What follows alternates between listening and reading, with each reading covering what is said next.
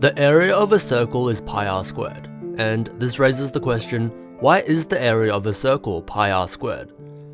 There are multiple ways to understand the reason behind this formula. This video will talk about 3 distinct ways to prove the area of a circle is pi r squared. First, we'll talk about a visual method where we can see visually why the area of a circle equals pi r squared.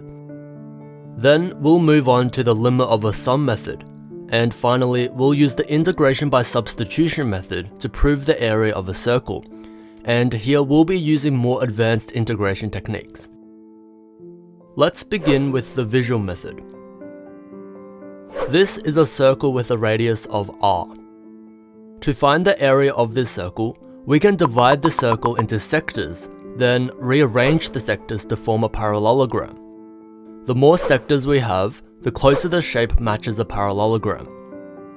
If we divide the circle into infinitely many sectors that are infinitesimally small, to the point that they are basically lines, then we can say that the area of the parallelogram is exactly equal to the area of the circle. The height of the parallelogram is equal to the radius of the circle, and the length is half the circumference, since half of the sectors are facing up and the other half are facing down. So that means length equals 2 pi r divided by 2, which equals pi times r. The area of a parallelogram is given by length times height, therefore the area equals pi r squared.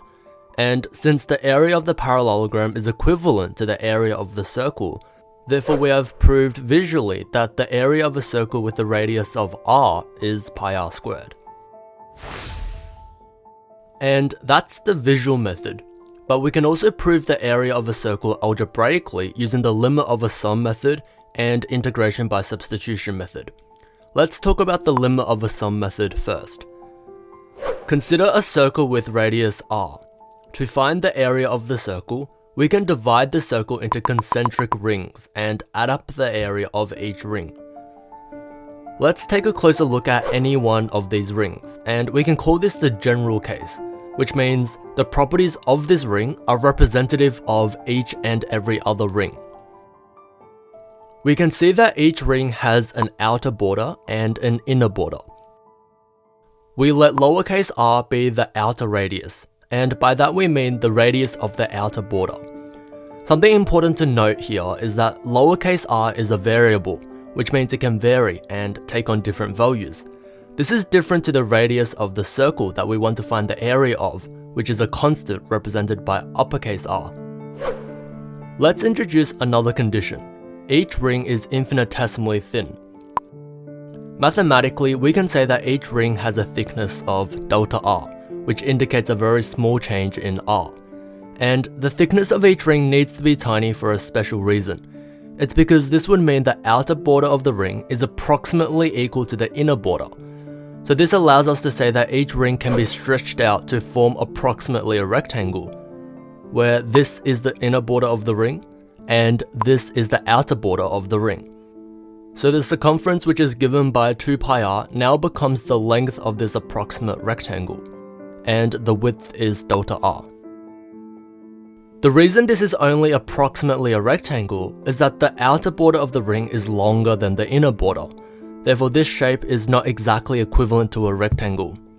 However, this would be the rectangle if the shape was exactly a rectangle, and therefore, the area of the rectangle is given by 2 pi r times delta r. The area of each rectangle represents an approximation of the area of each ring.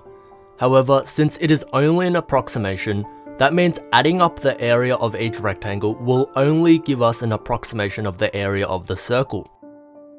The area of the circle is approximately this. And what we are doing here is adding up the area of each rectangle. It may be easier to make sense of this if we take a look at the original circle. Here, the subscripts represent the radius of the outer border of the nth ring. So r1 represents the radius of the outer border of the first ring. Therefore, 2 pi r1 times delta r equals the area of the rectangle that is approximately equal to the area of the first ring. Now, because the radius of all the rings fall on a continuum from 0 to r, That means this can be rewritten as 2 pi times 0 times delta r, since the smallest possible ring has a radius of 0. And this can be rewritten as 2 pi times uppercase R times delta r, since the largest possible ring has the same radius as the circle we want to find the area of, and this radius is uppercase R. Apart from the very first ring and the very last ring, everything in between represents the area of all the other rings that have a radius between 0 and uppercase R. Using sigma notation, the area of a circle can be rewritten as this, which can be read as the sum of 2 pi r times delta r as r goes from 0 to uppercase R. However, an approximation is always still an approximation. To find the exact area, we need to evaluate the limit when delta r approaches 0. Now, this raises the question, why does evaluating this limit allow us to find the exact area of the circle? Well, recall that delta r represents the thickness of each ring. When delta r approaches 0, that means the thickness of each ring gets smaller and smaller, which necessarily means that the total number of rings there are will increase, to the point that there are infinitely many rings that are infinitesimally thin, which means they have basically a thickness of 0, but not yet 0, almost like they are a line, so that the area of each rectangle is no longer an approximation of the area of each ring, but rather it gives us the exact area of each ring.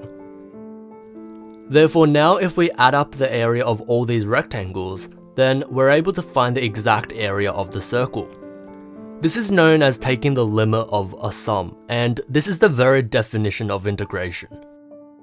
Using calculus notation, the sigma operator turns into an integral operator, which is the elongated s, which stands for sum, and delta r turns into dr, which indicates that delta r is approaching 0.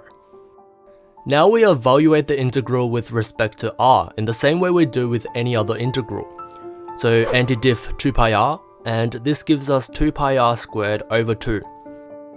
2 cancels out.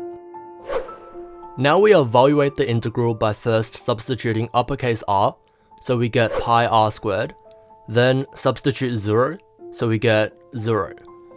Pi r squared minus 0 equals pi r squared. Therefore, we have proved that the area of a circle with a radius of uppercase R equals pi r squared as required. Finally, let's talk about the integration by substitution method. This method takes a slightly different approach. If we were to draw a circle with radius r onto a coordinate plane, with the center of the circle located at the origin, then the circle is given by the equation x squared plus y squared equals r squared. How we will be finding the area of the circle is by first finding the area of this semicircle at the top, then doubling it. This semicircle is given by the function f of x equals square root of r squared minus x squared. Therefore, the area of this semicircle can be found by this integral, since the region that we want to find the area of is enclosed by the function f of x and the lines x equals negative r and x equals r. The area of the circle is twice the area of the semicircle, therefore the area of the circle is given by this integral. However, the problem here is that this expression seems impossible to integrate, and of course, the solution to this is to use the technique of integration by substitution. By trigonometric substitution, we substitute x equals r times sine theta, therefore dx equals r times cosine theta, d theta. Since we changed the variable of integration so that we are now integrating with respect to theta, then we also must change our terminals. If x equals negative r, then sine theta equals negative 1, and therefore theta equals negative pi on 2. If x equals r, then sine theta equals 1, and therefore theta equals pi on 2. So now this is what we get once we substitute x, dx, and also change the terminals so that they match the variable of integration. Next, let's take a closer look at what's under the square root sign. We can factorize our r squared like this. Here in brackets we have 1 minus sine theta squared, and this can be simplified into the equivalent form cosine theta squared.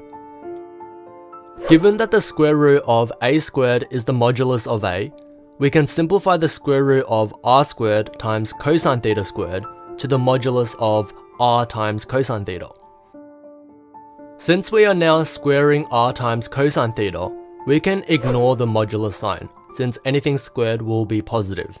And at the same time, we can also factorize our r squared and put it at the front of the integral. Now the integrand becomes cosine theta squared, which can be simplified using the cosine half angle formula to a half times 1 plus cosine 2 theta, and 2 cancels out. So next we anti-differentiate the integrand. Antidiff 1 gives us theta. Antidiff cosine 2 theta gives us half times sine 2 theta.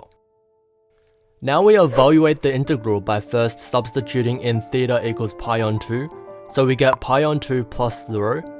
Then we substitute theta equals negative pi on 2, so we get negative pi on 2 plus 0. And this simplifies very nicely to pi r squared, and therefore we have proved that the area of a circle is pi r squared as required.